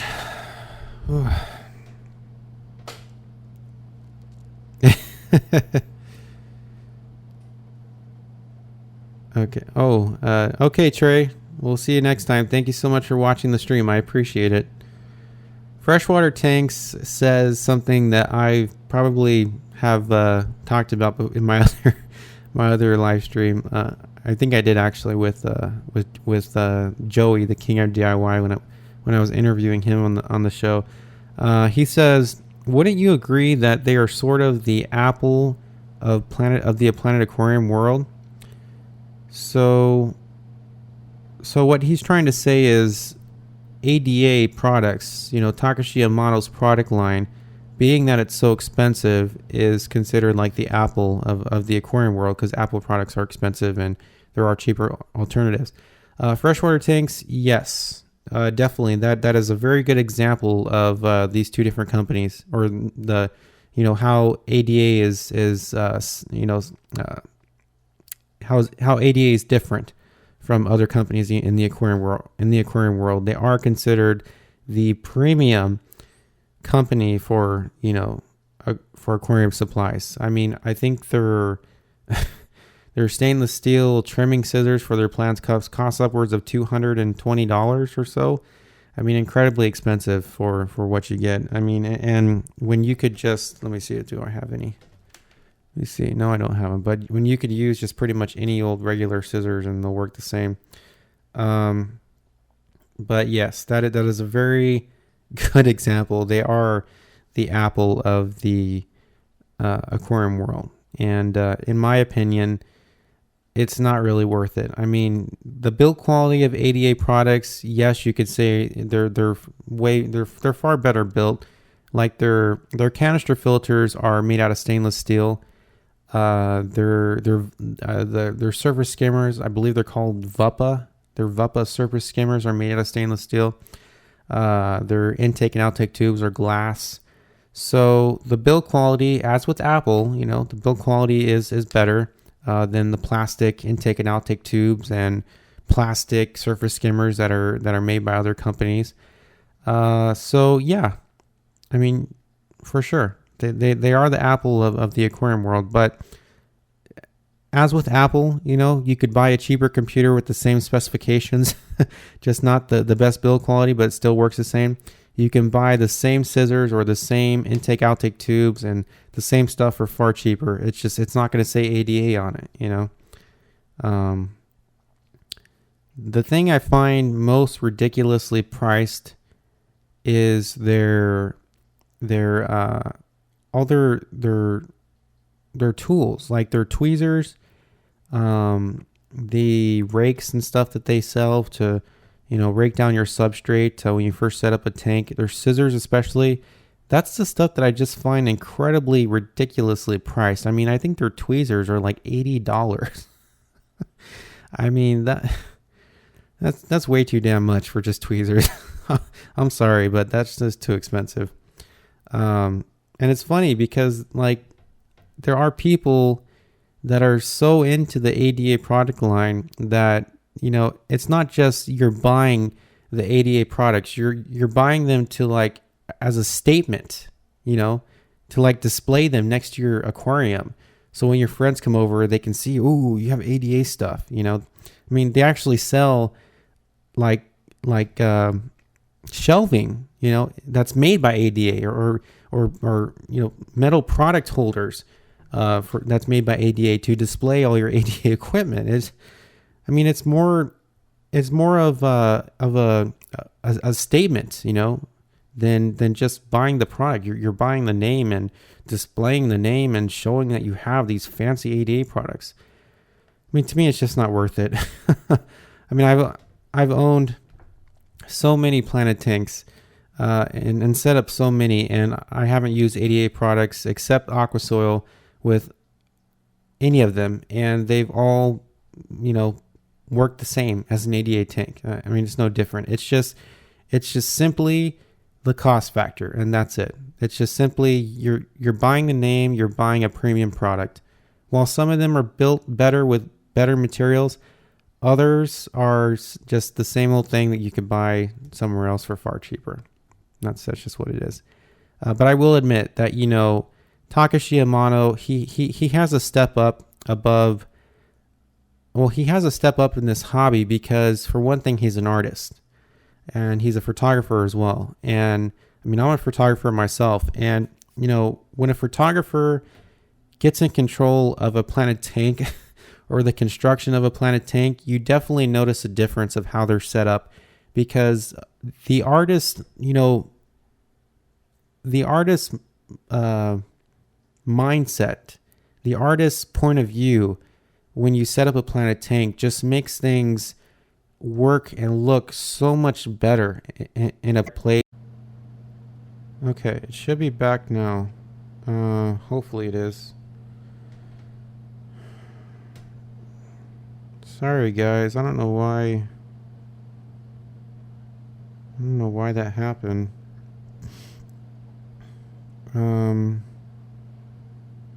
Let me check the stream again to make sure it's up.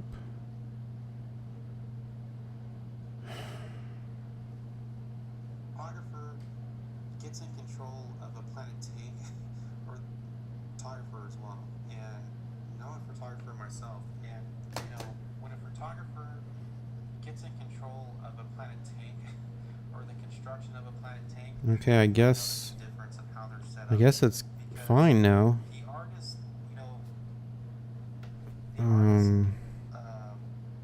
Mindset, the artist's point of view when you set up a Planet.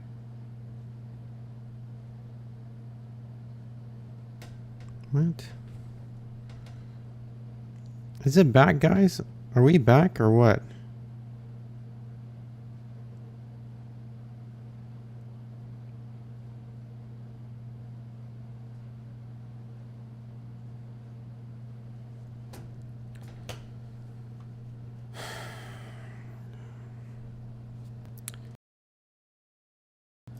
Once again, the old committee.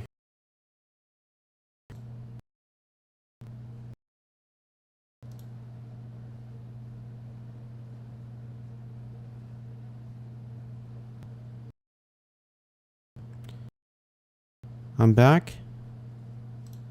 I am?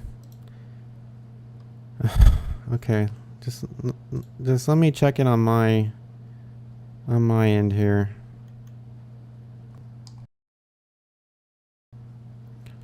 I just want to make sure, and it's probably lagging, guys, because I have a page open, so just bear with me here, okay?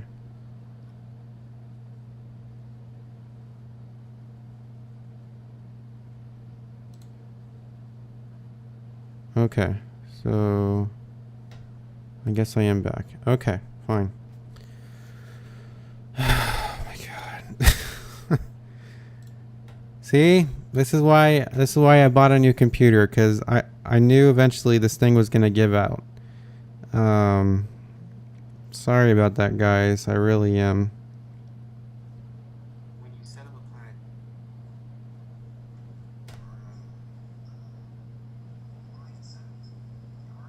I'm just checking my stream on my iPhone. Hold on.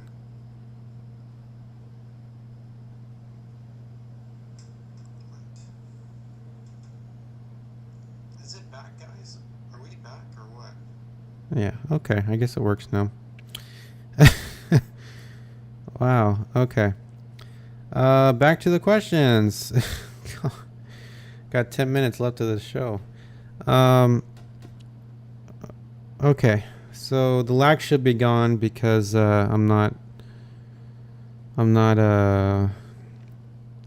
have any pages open.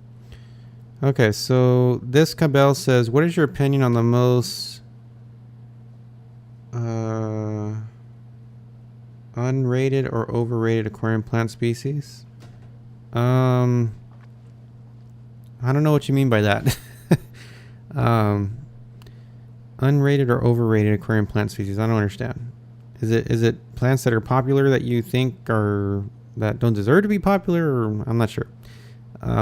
Explain to me in the comments, please.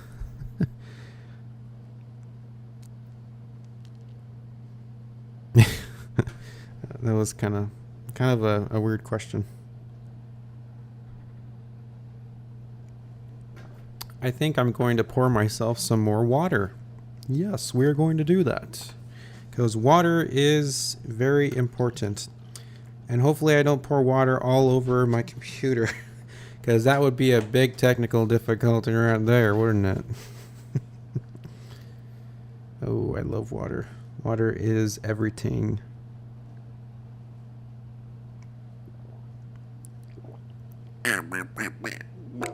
That's my duck sound.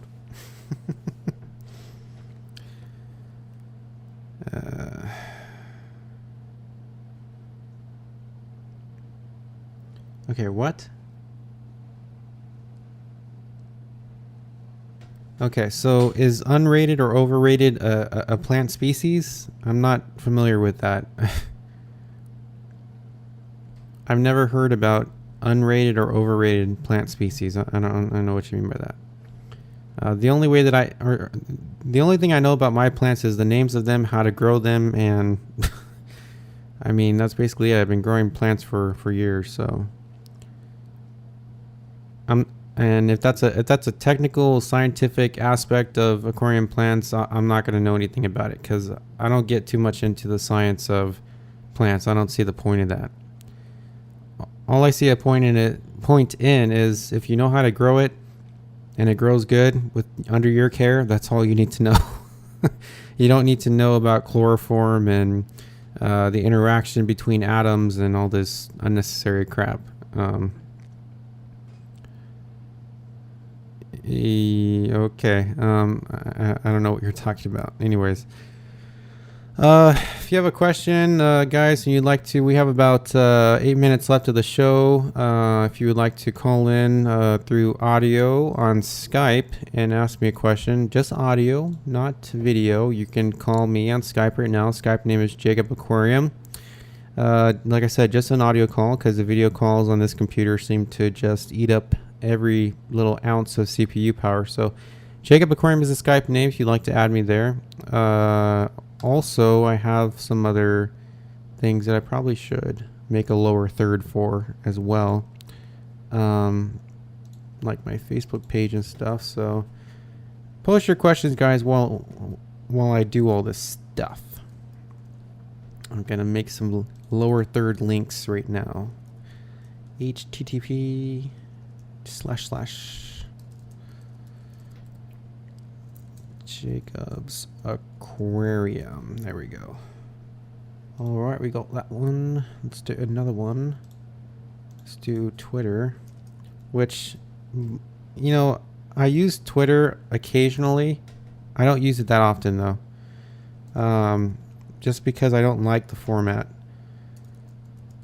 I like Facebook because everything's on your wall, you know? But yeah, I don't know, Twitter's irritating to me.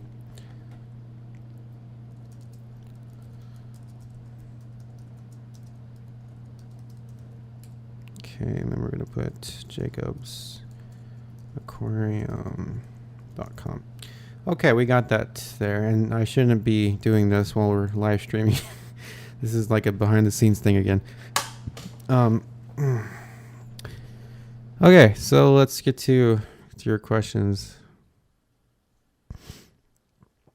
That label is sweet. Yes, I like it too. It's a new software that I got, so it does wonders for live shows, live streaming. It'll work even better on my new computer because this computer is a dinosaur, so it does not work that well. Yes, Facebook is better. I prefer Facebook over Twitter or anything. Demetrius Laz, hi from Greece. I love you. From Greece. Wow. That's amazing. I love you too.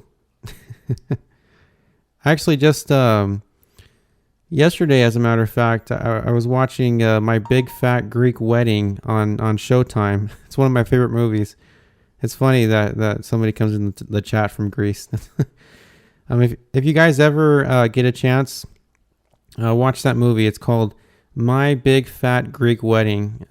It was written by Nia Vladro, I think, and she actually, it's the girl that wrote the script to the movie. It was actually a movie based on her own personal, experience, her own life, because I mean, in the movie, it's about a Greek girl marrying a white guy that has no idea about the Greek culture, and it's about the funny interaction between a white family, American family, and a Greek family, but it's about her life because she's Greek and she married a white guy, and it's pretty much the same thing.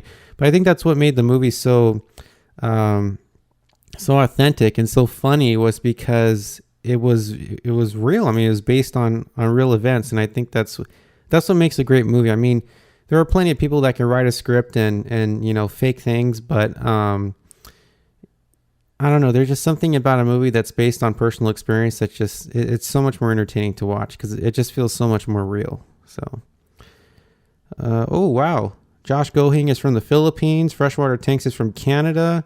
Fish is Care from Scotland. Matthew Coughing is from Ohio. This Cabell's from the Netherlands. Neo Dark is from Palestine. Joshua, oh, you're from the Philippines, but you live in Canada now. Oh, okay. And Garnland is from Hungary. Wow, everybody's from all over the world. Oh, thank you guys so much for tuning in and watching from all over the world. I really appreciate it. Jacob, you have many international fans. Well, thank you so much. I really appreciate that. I'm glad that I can share my knowledge and share my experience and my aquariums with people all over the world. That's why I love YouTube, because it gives me that ability to, have a worldwide audience. It's just, it's so awesome. I love, I really like being able to talk to somebody and show people stuff from, all the way across the world. It's really cool. So I'm glad to have you guys here, and thank you for your support of my channel. It really means a lot to me. Ozzy the Oscars from the UK. Cool. And Mr. P Padu is from Holland. Wow. I've always wanted to visit Holland, by the way. I've always wanted to go there. I mean, I wanted to see the canals and stuff. Hopefully one day I can go. It'll be a lot of fun. It looks like a really cool country. Izzy X, Jacob, you're doing math homework and watching this at the same time. Is that okay? No, you got to get your work done first, young man. Of course it's okay. As long as I'm not disrupting your concentration and you can still, do your calculations appropriately. But nonetheless, glad to have you watching while you're doing homework. Demetrius Last says, you have helped me so many times. Keep up the good work. Well, thank you so much. I'm glad I can be of help. That's all I'm trying to do on YouTube, is just to help people and give back to everybody that has made my YouTube channel what it is. So it is 2:59, guys. We've been live for almost a full 3 hours now. So this is going to be the end of the webcast. Before I go, I just wanted to go over some of my links for my other social media sites. On Facebook, you can go to my Facebook page and chat with me there and stay up to date on all my stuff on my channel. I post pretty much all the updates about new videos that I'm doing, new projects, pictures, everything. I pretty much post on my Facebook page. So facebook.com/Jacob's Aquarium is my Facebook page if you guys would like to check that out. I also have a Twitter page as well. It is twitter.com/JacobsAquarium. I don't really post too much on Twitter, but I try to post some stuff on there, and I answer all the questions I get from there as well. So if you guys have any questions you prefer to talk to me on Twitter, you can talk to me there. So, and last but not least is my website where I sell aquatic plants, jacobsaquarium.com. If you guys are in the market for aquarium plants, quality aquarium plants, the best ones out there, trust me, they really are at a very low price. Jacobs Aquarium is a place to go. So that's my website. Thank you guys so much for watching the live webcast. I really appreciate it. I really honestly do love each and every one of you guys. You guys have helped my channel come so far. And without you guys watching or, viewing my live stream, this would be nothing on YouTube. So thank you so much for all your support of my channel, my live stream. It really means a lot to me. I will see you guys next time. Take care, everybody, and have fun with your tanks.